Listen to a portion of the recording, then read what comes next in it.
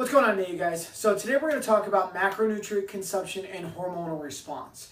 Really, when we're talking about sound, balanced nutrition, you guys, really what we're talking about is hormonal regulation and balance.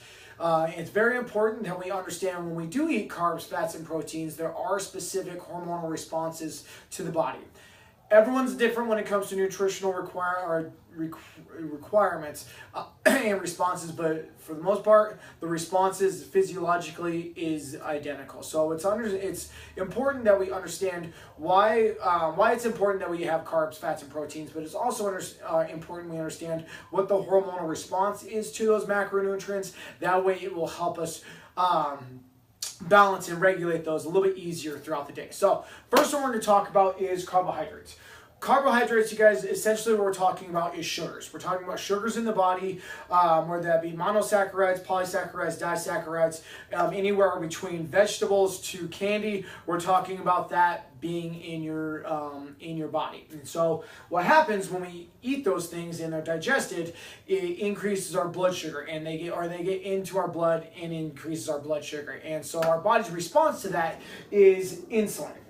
That it comes from our pancreas. It is in response to that, and basically an easiest format to think about, you guys, well, as far as insulin goes, it's a packaging hormone. It helps decrease our blood sugar, and it helps it's a storaging hormone. Basically, essentially, you guys, it's released, it has a big briefcase, it packages up that blood sugar, takes it into our where it's stored in our liver and our muscles, and it is a storage hormone. Now, the opposite of that is in response to eating protein. And protein, you guys, we're basically talking about animals, anything along those lines. Yes, you can get that from some carbohydrates and those kind of things, but essentially what we're talking about is anything that once upon a time was living, to be kind of the easiest straightforward format we're looking for.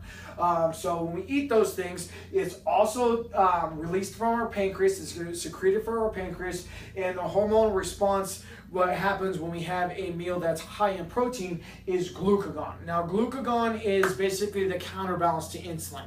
It's a mobilizing hormone. Insulin's a packaging hormone.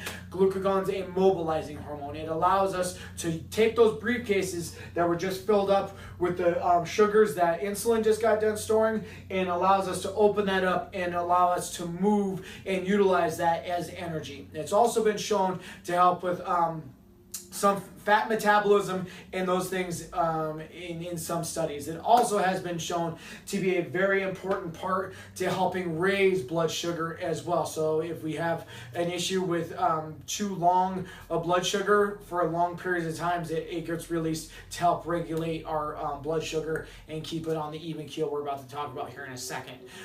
Fat is our last macronutrient we're talking about. And fat, basically the easiest to kind of the way we can get into it is just before we get into really heavy scientific components, is it's basically the median between carbs and fat, or carbs and protein. Think of that as it's the middle ground between those two. It does help as far as mobilizing some things. It does carry certain things to the brain. It helps with some brain function. It also helps kind of lubricate the body, but it also helps with satiation during meals. It helps you keep fuller longer. So if you have an issue of feeling really hungry after meals, you may not be getting enough fat in your meals while you're eating. So really what you guys, a picture that would kind of just help paint this picture, what we're looking for as far as hormonal regulation goes, is just this little diagram here. So when we're talking about hormone regulation, you guys, we'll use, say, lunchtime. We'll use lunchtime as a good example for that. I think we can all hopefully regulate or see as far as be on the same page as far as eating lunch goes. So what we typically see is with an atypical American diet is over carb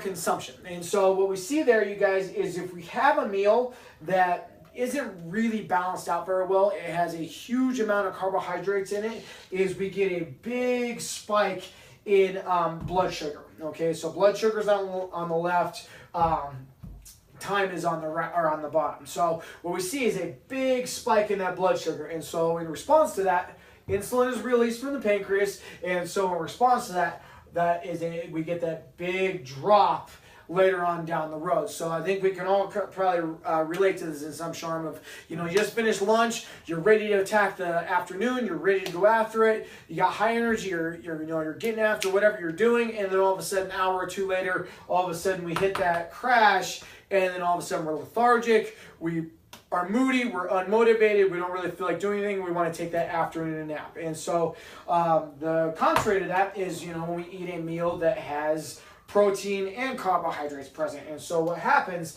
is when we get that going on, we get both those things released. Let me get that there. We get both those things released. And so when we get that spike, glucagon's released, and it helps us get a nice even keel and a nice even wave of regulating that hormone throughout the day. So really, you guys, this is very, very basic.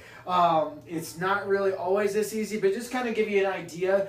This is what we're really looking for. We're looking for you guys to regulate your hormonal response so that way we can avoid any peaks and valleys throughout the day. There's a lot of other side effects and bad effects comes to those peaks and valleys, but just kind of a baseline effect. This is what we're looking for. So fat's also going to be kind of in between there, you guys. It's going to help in response to that. It's going to help mobilize, help with the satiation, help with those things, but just kind of depict an idea of why it's important that during all meals we have some sort of presence of carbs, proteins, and fats.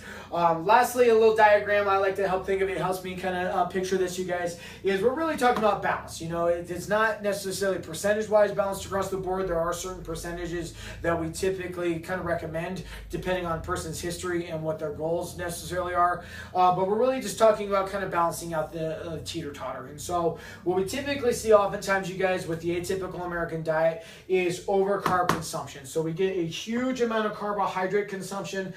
Some fat is kind of incorporated in there, but we typically see a lot of carbohydrates. So that teeter-totter is really slanted on this side. Another component that we see, especially in the realm that we deal with, is with athletes, is we see a huge amount of protein being consumed, which leads to a lot more, actually, it's a lot more fat that gets consumed. So this really should be more kind of on this side of that teeter-totter, and that really weighs that thing down. And that way, and then we also see that not enough carbohydrates or good quality carbohydrates being consumed.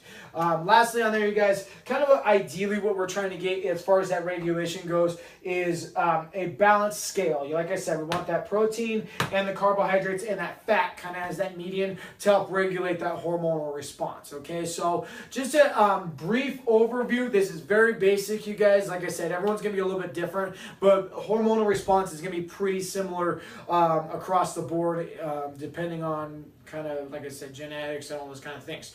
But anytime we eat, and we always recommend that we always see some sort of carbohydrates, some carbohydrates present, we see protein present, and we see fat present. That's going to help regulate throughout the day. Yes, we can get much more specific into that, you guys, but just on a general basis, it's always vital that we try to regulate those hormones. So if you have further questions or need help with anything, please don't hesitate to ask. We're here for your help. We appreciate your time. Have a good day, you guys. Regulate those hormones, you guys. Regulate your health. You'll see goals that you may not ever thought you could achieve before. So thanks for your time. Talk to you all later. Bye.